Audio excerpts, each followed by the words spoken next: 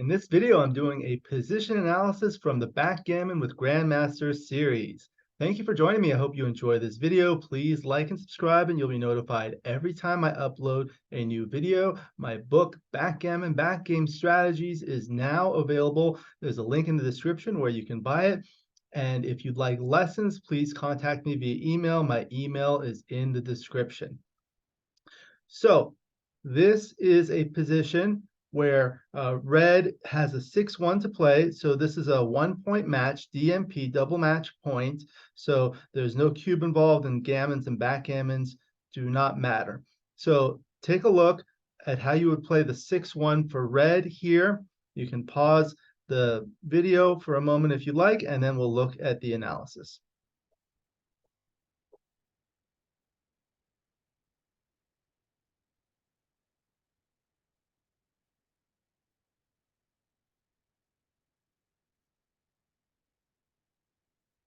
Okay, so let's go straight to the analysis here. Here, if you look, playing 13 to 7 with the 6, and then 6-5 with the 1 is correct. The natural play of playing 13 to 7 with the 6 and splitting the back checkers with 24-23 is actually an error. So why is that? Let's take a look. This is what the correct play looks like. You move the checker from the 13 to the 7 here and 6 to 5 here, and it results in this position. The benefits are, number one, it unstacks the 6-point with this checker. That's really important in the early game. You want to unstack the 6-point, and with ones, it's really good. So an opening 2-1 is correctly played by slotting the 5-point with the 6, because that helps address one of the major liabilities you have in the early game, in the opening position. It also duplicates the 4s. So if you see here, white can hit with 4, but 4s are good on the other side too. For example, 6-4 can make the bar point, and 4-1 can also make the bar point, and 4-2 can make the 4-point, and also 3-1, which adds up to a 4, can make the 5-point. So we'll take a look at that. It also gives red good 1s and 2s to make a 2-point board next time. Otherwise, the 1s and 2s don't play well. So you want to think about your opponent's next rolls and your rolls after that to see what play is best. So this is the second play, playing 13 to 7 with the 6 and splitting the back checkers. And it looks like this.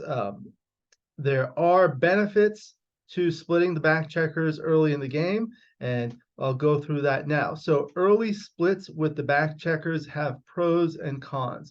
The pros are, it is easier to make an advanced anchor, and that's one of the things you want to do early in the game. However, in DMP, anchors are devalued. You don't really need them. Anchors prevent you from losing gammons, and gammons are irrelevant, so it's less important at DMP. Second, it makes it easier to escape one checker.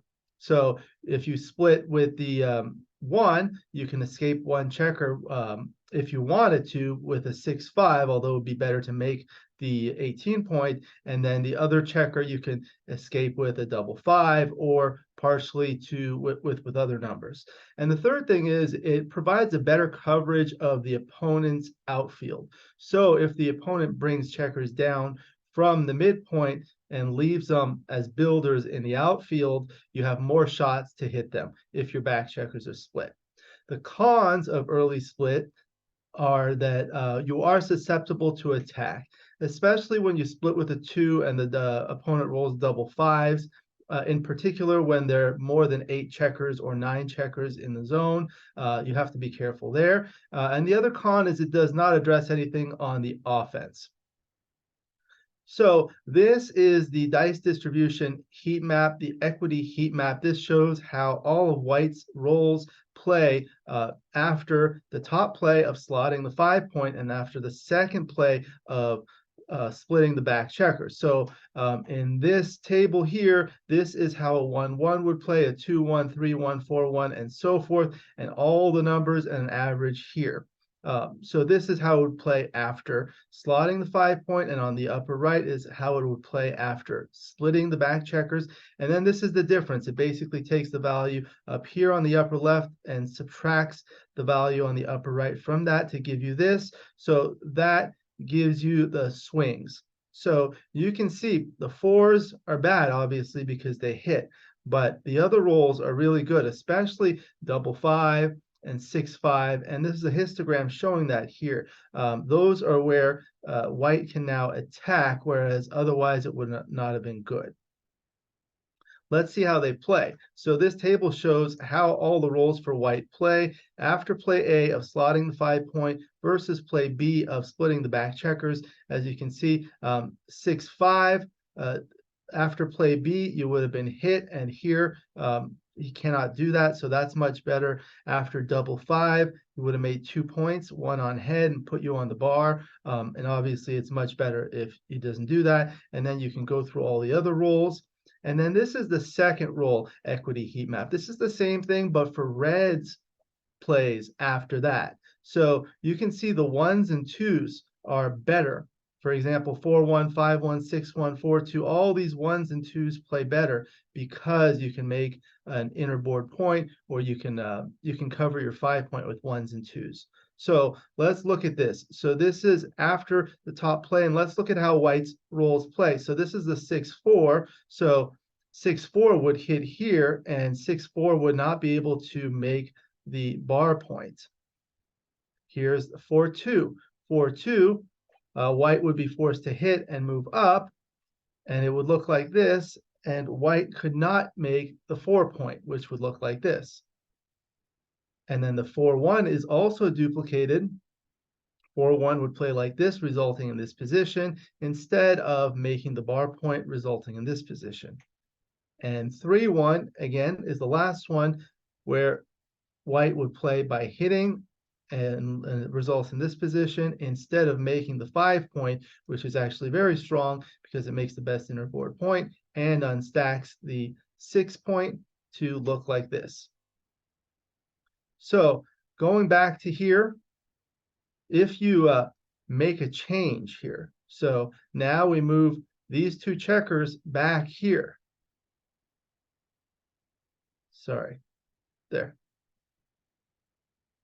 Okay, so this is moving them back. This is the original position. You see it's a 25 error. If you move them back here, it's only a 14 millipoint error. So these 2 checkers are important because these will help white make an inner board point. So when your opponent is threatening to make an inner board point, you should try to make an inner board point too. So that's what it tells you. You want to study the variants and see what it looks like. There are many more variants that you can study. This is just some of them.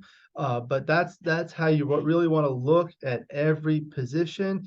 Look at how the opponent's rolls play after one option, and then look at them after the second option, compare them, and do the same with your subsequent rolls. And then you can look at variance, study the variance, change the position, move a checker here and there, and see what happens. And that will give you an insight as to why the top play is correct. So in this position, this variant, a checker was moved from the 6-point to the 7-point. Now the 6-point only has 4 checkers, so it's not as urgent to unstack this. So now slotting becomes an error and splitting is correct. So in the early game, unstacking the 6-point is important. See if you can duplicate your opponent's rolls. See if you can make your rolls play better on your next turn, and study the variants. Make changes, see what happens like we did here, do as many as possible, and that will give you an understanding of why the correct play is correct. That was the position analysis for the Backgammon with Grandmasters series. Thank you for joining me. I hope you enjoyed this video. Please like and subscribe, and you'll be notified every time I upload a new video. My book, Backgammon Backgame Strategies, is now available. Click on the link in the description to purchase that, and contact me if you'd like lessons. My email address is in the description below. I look forward to seeing you in future videos, and until then, keep rolling your dice.